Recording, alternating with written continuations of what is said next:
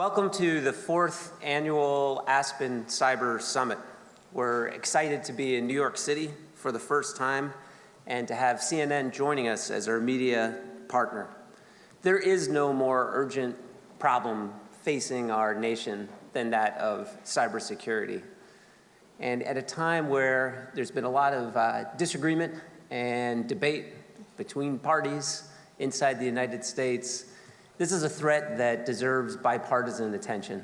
As we're going to hear more today, every day we're seeing our companies, our citizens, and our government under assault from a range of actors, from Iran, North Korea, China, and Russia, to organized criminal groups that are increasingly working with nation states.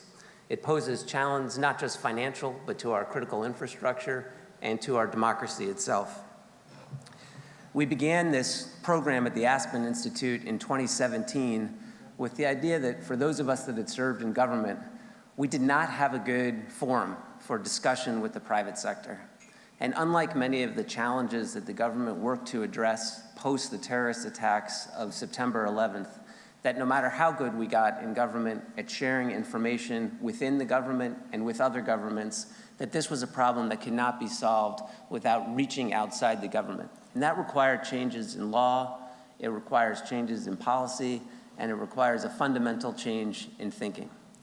So the idea behind both our public forums and also the Aspen Cybersecurity Group is to provide standing places where the key leaders from academia, from the private sector, from government can meet to discuss the problems that we're facing and figure out how to solve them together.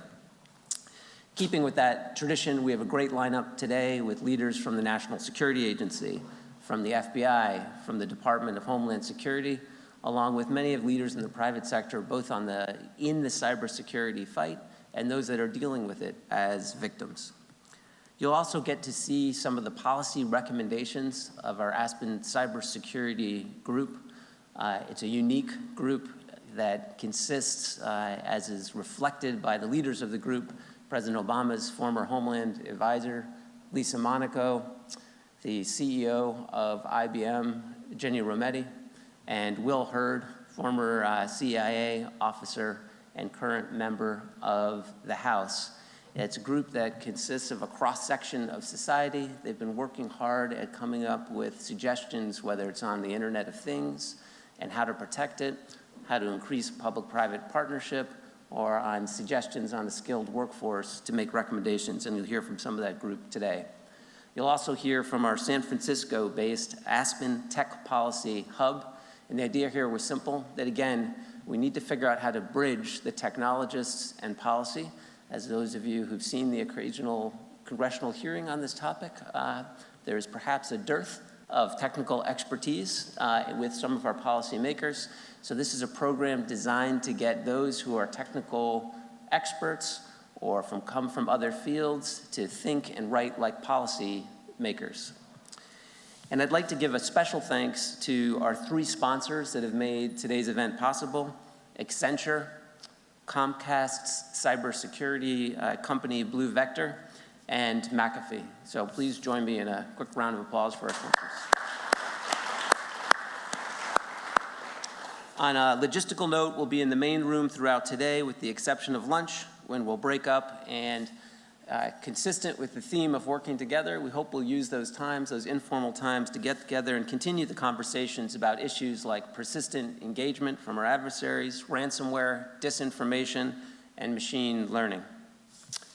And with that, I'd like to introduce, for the first time ever speaking at an Aspen Institute event, and his first major speech on this important topic of cybersecurity, one of the most important players in the government at responding to cybersecurity threats, the U.S. Secret Service Director, James Murray. He started just earlier this year as Director of the Secret Service. He's someone who has served in government for 24 years. He was formerly in the Army, and he's a near native, well, I know New Yorkers won't accept that, but a proud native of New Jersey. So please join me in welcoming Director Jim Murray. Thank you.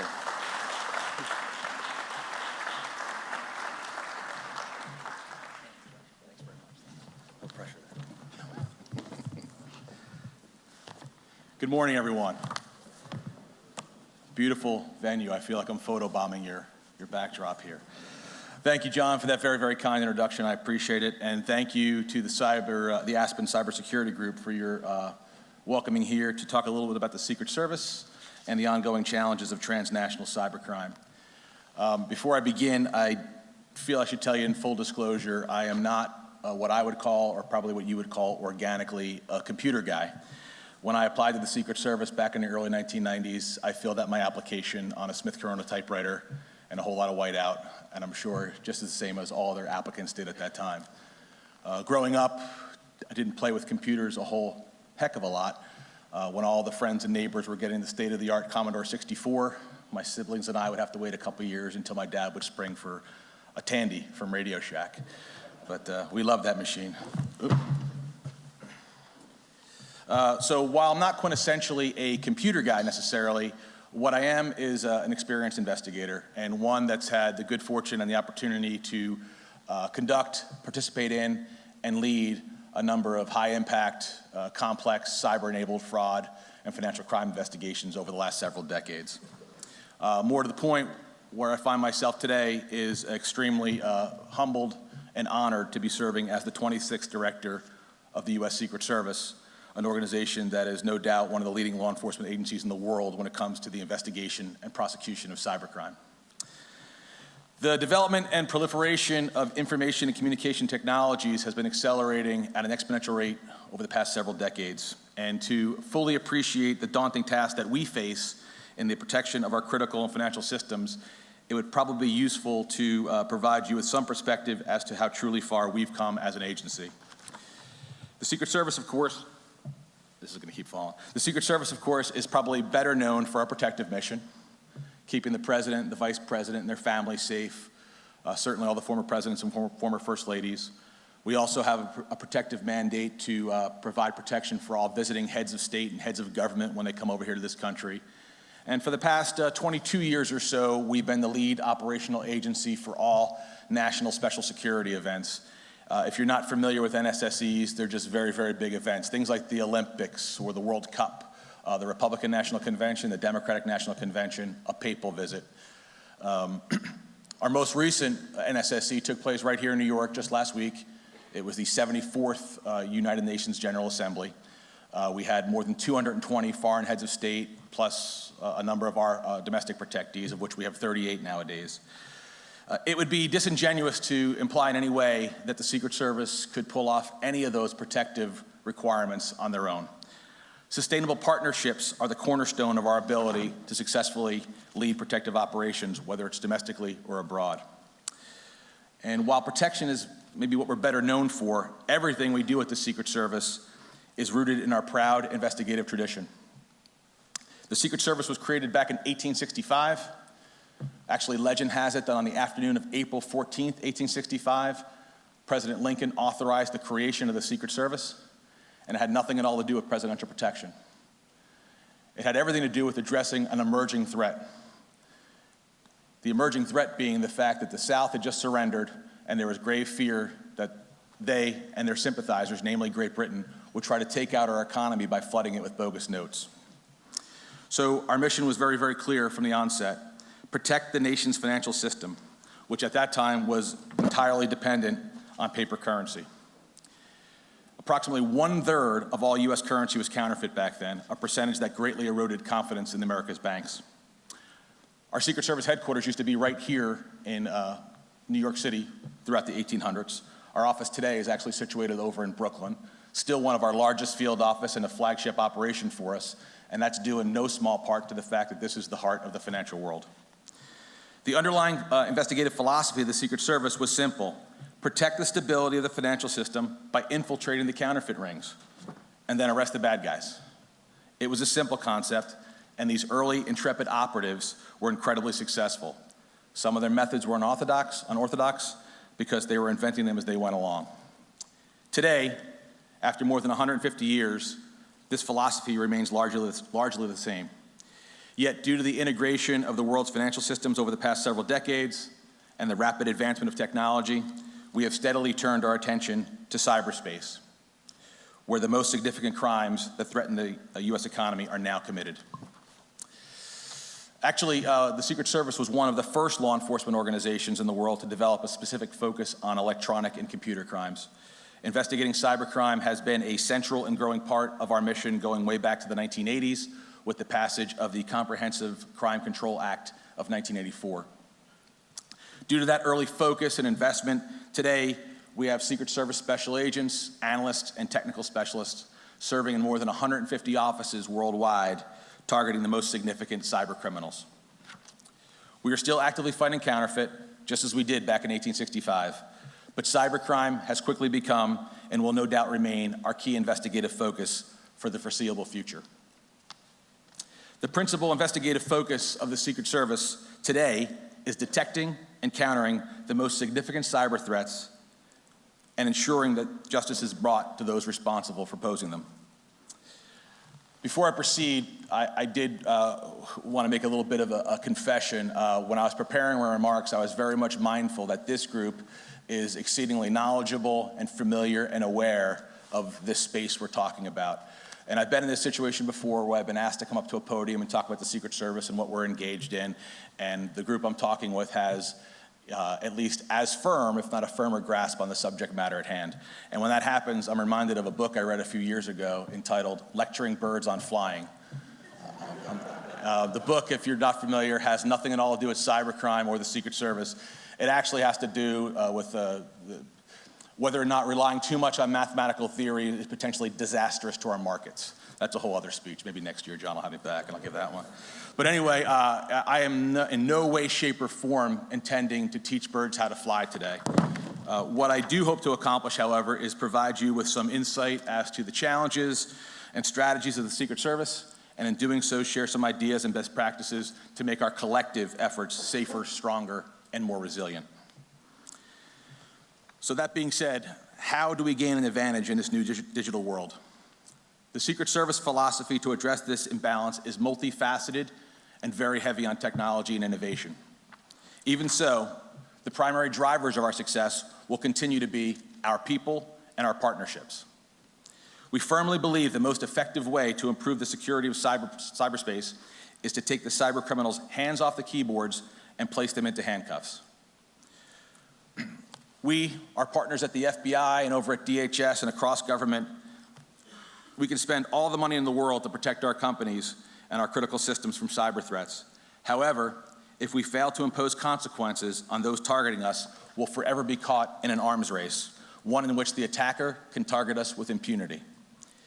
To be sure, many of us in law enforcement and in the media and in the cybersecurity industry tend to focus on the national security threats posed by nation states, and rightly so. These are all of critical concern. We're talking about very, very serious things like industrial espionage, election interference, and threats to our power grid. Critical issues, each of them on their own. However, this somewhat narrow focus on geopolitical cyber conflict often overlooks the reality that the majority of cyber intrusions are not conducted by nation states against military or politically strategic targets. Rather, the majority are the work of criminal groups looking to make a quick buck, or as is more often the case in the cyber domain, a quick $1 million. By way of illustration, the 2019 Verizon data breach report shows us that 71% of the breaches were financially motivated cybercrime, whereas only 25% of those had any correlation whatsoever with espionage. What's more, the total cost of cybercrime is staggering. The Center for Strategic and International Studies estimates the annual cost of cybercrime to be somewhere close to $600 billion, or put another way, nearly 1% of the global GDP. A substantial portion of this cost is revenue generated by transnational criminals who then reinvest the proceeds into the development of even more advanced capabilities. I do want to be clear, I'm not looking to downplay the threat posed by nation states. On the contrary, I'm saying that we at the Secret Service and our partners in law enforcement, we see the arrest and conviction of transnational organized criminals as an indispensable component of addressing the wider challenge. Fighting transnational organized crime is more than just delivering justice for victims or even protecting the integrity of the financial system. It is an essential element of the whole of government approach to reducing the full range of cybersecurity threats, including those threats posed by nation states. The Secret Service and our partners have witnessed the ways in which cyber criminals are increasingly at the leading edge in the development of the tools and techniques that adversarial nations employ in their own attacks against our national security equities. These same criminal groups are often deployed by the nation states to conduct the kinds of national security operations that draw so much media coverage. These bad actors are used because they're sophisticated criminals with talent often on par with, if not exceeding, those possessed by anybody within the national intelligence apparatuses over there. The employment of these criminals also affords deniability for the nation states. Consequently, the fight against cybercrime and the effort to defend the country against national security threats are inextricably linked. Fighting cybercrime is defending national security. That is why we worked closely with the White House and the Department of Homeland Security back in 2018 to develop national cybersecurity strategies. Consistent with those strategies, we are hard at work with an emphasis on criminal law enforcement as part of the broader national effort to protect cyberspace. From our vantage point, the most significant threats today originate from those transnational organized groups, both at home and abroad, who commit these sophisticated cyber-enabled frauds. Who exactly are these individuals and organizations? Well, we found that there is some commonality amongst them. They tend to be globally dispersed. And although varied and decentralized, they have a definite organizational structure and a definite hierarchy. They're usually located in countries where there's a high degree of government corruption and limited law enforcement capability. And as already noted, they have a tendency to cooperate with, if not even be enabled by, nation states. And these groups commit a wide variety of cybercrimes: network intrusions, use of malware, ATM unlimited cash-out operations, payment card skimming, business email compromise schemes, where criminals gain access to internal business email systems to fraudulently direct transfers to foreign bank accounts, and perhaps most unsettling, ransomware attacks, which can shut down a whole city's ability to function, as was recently the case in Atlanta, in Baltimore, in Louisiana, and in Texas. Of note, the city of Atlanta alone has now spent somewhere upwards of $20 million recovering from an initial demand of $58,000. These are, of course, just a few of the most prevalent cybercrimes the Secret Service investigates. In total, they represent an enormous drain on our economy. The Internet Crime Complaint Center, or IC3, estimates that internet-enabled theft, fraud, and exploitation were responsible for a stunning $2.7 billion in reported loss in 2018. But this number vastly underestimates the actual losses, since it does not take into account the less quantifiable factors such as lost wages or a business's reputation. I do want to emphasize that these losses are not just abstract numbers or simply money stolen from large companies that could absorb the loss as a rounding error on a spreadsheet. These losses represent significant harm to real, walking, living, breathing average Americans, small business owners, home buyers, retirees, many of whom have no way of ever getting their money back. What we're talking about in so many instances are sophisticated criminal actors defrauding the most vulnerable amongst us. A great example of the Secret Service's result-driven approach is a recent case called Crypto Craig, which was first led out of our Lexington, Kentucky office. Crypto Craig was a Romanian-based conspiracy where victims were targeted through false advertising on popular online auction sites. Conspirators assumed the stolen identities of U.S. military members and created fictitious accounts to defraud even more victims. Once payments were made, the criminals engaged in complex money laundering schemes utilizing cryptocurrencies and foreign-based accounts. So in this case, what we had was more than 20 individuals operating in multiple countries utilizing custom malware to steal personal information, all for the purpose of defrauding unwitting victims across the globe. In order to be successful, our investigators needed to have more than a basic working understanding of cryptocurrencies, malware, international law, the culture of carding forums, and so much more. The eventual arrest and prosecution of these bad actors was only possible through partnerships both domestically and abroad, and certainly with the Romanian National Police. Crypto Craig is just one of the many examples of impactful investigations I could share with you, and we're very proud of the work we're doing. However, we'll never accept that there isn't more that we can be doing. So, with a clear view of our past and a snapshot of the current threat landscape, I did want to share with you how the Secret Service intends to expand our capabilities and improve even further upon our overall effectiveness moving forward.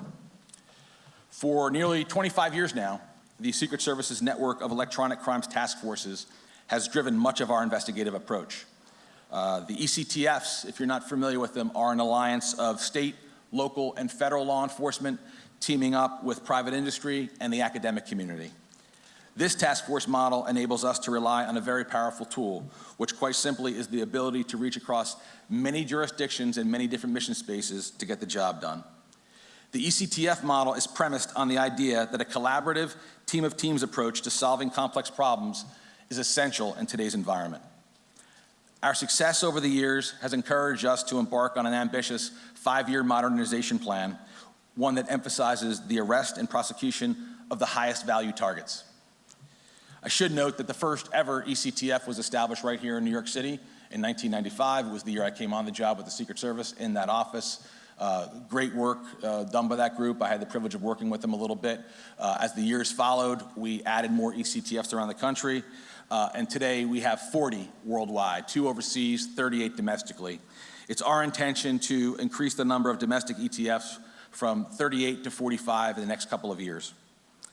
In addition, we're working to enhance the capabilities and resources of the existing task forces by ensuring that they have the latest technology and the most capable investigators ready to respond to incidents in real time. Meanwhile, down at Secret Service headquarters in DC, we will scale up our Global Investigations Operations Center, or GIOC, to further coordinate and support our task force investigations around the world. This effort's critical. Rarely, if ever, do cybercrimes take place in a single country, let alone in a single jurisdiction. Fighting these crimes requires a single command post, to borrow from a Secret Service protective term. A command post to help distant offices work together seamlessly across the country and around the globe. The GIOC serves this function, and we've already begun the process of hiring even more technical specialists and analysts to help our agents dissect new, non-traditional sources of data and get that information out to the field forthwith. With respect to developing our workforce, we are rapidly expanding our training programs for both new and veteran agents alike. We continue our tradition of providing unique training for our agents in digital investigations, and in order to help keep the talent we train, we have instituted a cyber retention program, which serves to recognize and reward those agents who specialize in particularly technical investigations. Along the same lines, we've created a cyber career track, which allows agents to spend more of their careers focusing on conducting cyber-focused investigations. We're now faced with a paradigm shift in the field of cybercrime. The battlefield has changed, and we often find ourselves outpaced by adversaries in terms of mobility and creativity. So, what is the key to success? The simple answer is our people. People have always been the key to success, the deciding factor in any engagement throughout history. Fortunately, our agency has a strong record of recruiting and retaining the best and the brightest, and we fully intend to continue that tradition with some aggressive hiring goals over the coming years. But I just want to be clear, I'm not just talking about my people, I'm talking about our people. Everyone, every single one of us across the Homeland Security and cybercrime fighting enterprise. It's these people and those partnerships that are the key to success moving forward. The Secret Service has always prioritized partnerships in both our protective and our investigative mission sets. As cyber criminals increasingly target virtually every industry around the world, establishing partnerships with a diverse set of stakeholders has become more critical than ever. The Secret Service is also very much committed to enabling our partners. We do this through a variety of means, both formal and informal. We have strong working partnerships and relationships with academic institutions such as Carnegie Mellon, the University of Tulsa, and the University of Texas at San Antonio, where we have existing research and development programs. Internationally, In addition to the many overseas offices that we have placed agents within cybercrime working groups in Germany, the Netherlands, and the UK. And this is all in addition to the long-standing secondments we have with Europol and Interpol.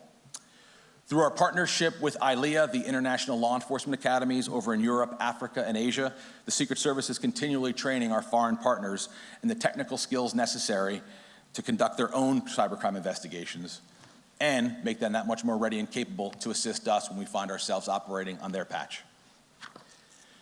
And perhaps most significantly, down at the National Computer Forensics Institute, or NCFI, which is our state-of-the-art training center in Hoover, Alabama, the Secret Service is actively training state, local, and tribal law enforcement, as well as prosecutors and judges.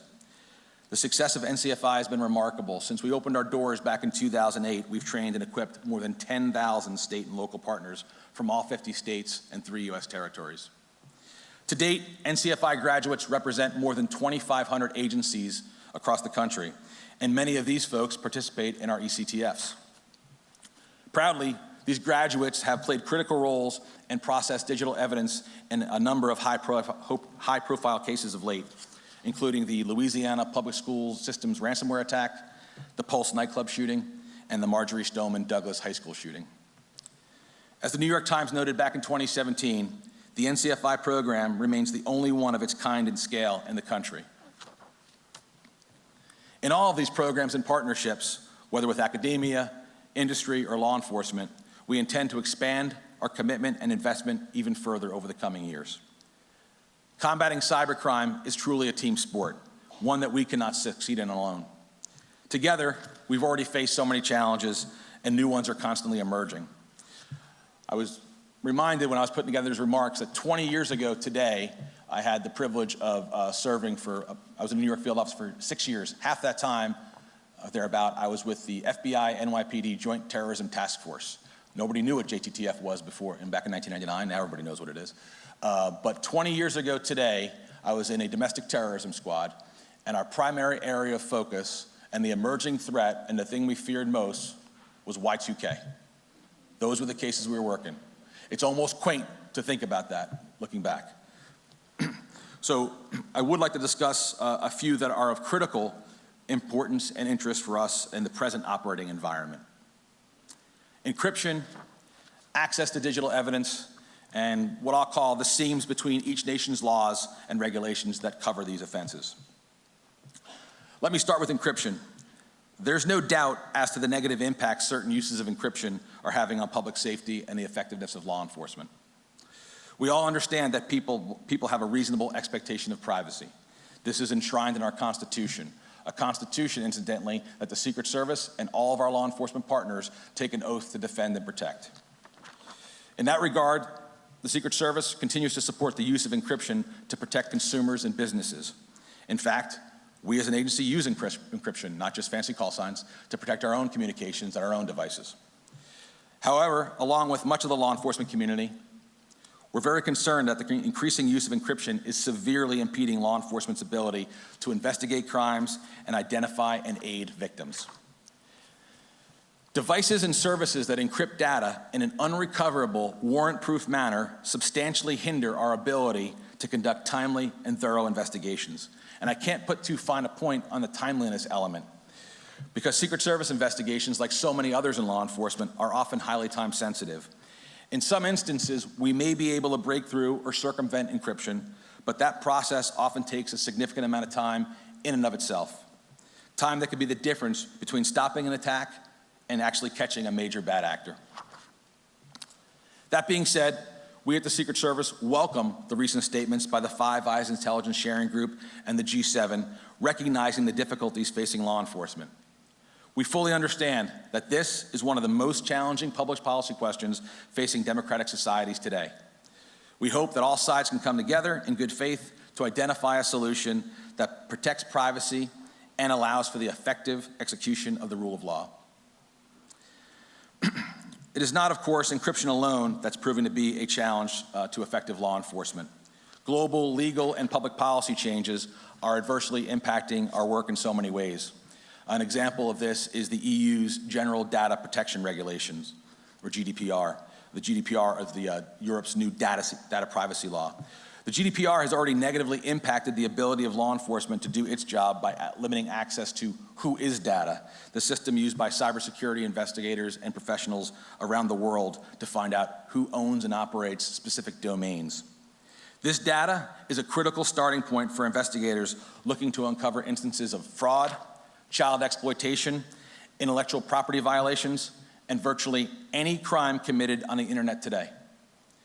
While once again, we recognize the importance of privacy protections for internet users, these limitations are affecting investigations in dangerous ways.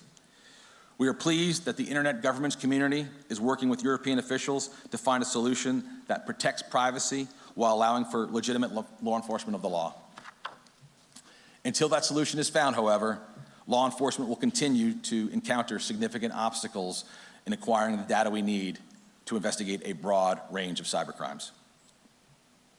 So, at the risk of sounding like a hypocrite, we are also facing some challenges relating to having too much data, not just too little. It's interesting to note that for thousands of years, we could not move any information any faster than a horse. Then 2 years ago, with the invention of the telegraph, we could send words using an electrical impulse.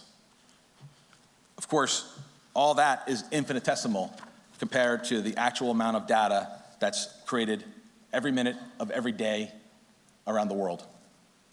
Without question, the emergence of big data has at times been a boon for law enforcement. Yet knowing what to do with all that data is a unique challenge. This is where industry can help us understand what data is important for us to analyze and what data is a waste of our collective time and should be discounted.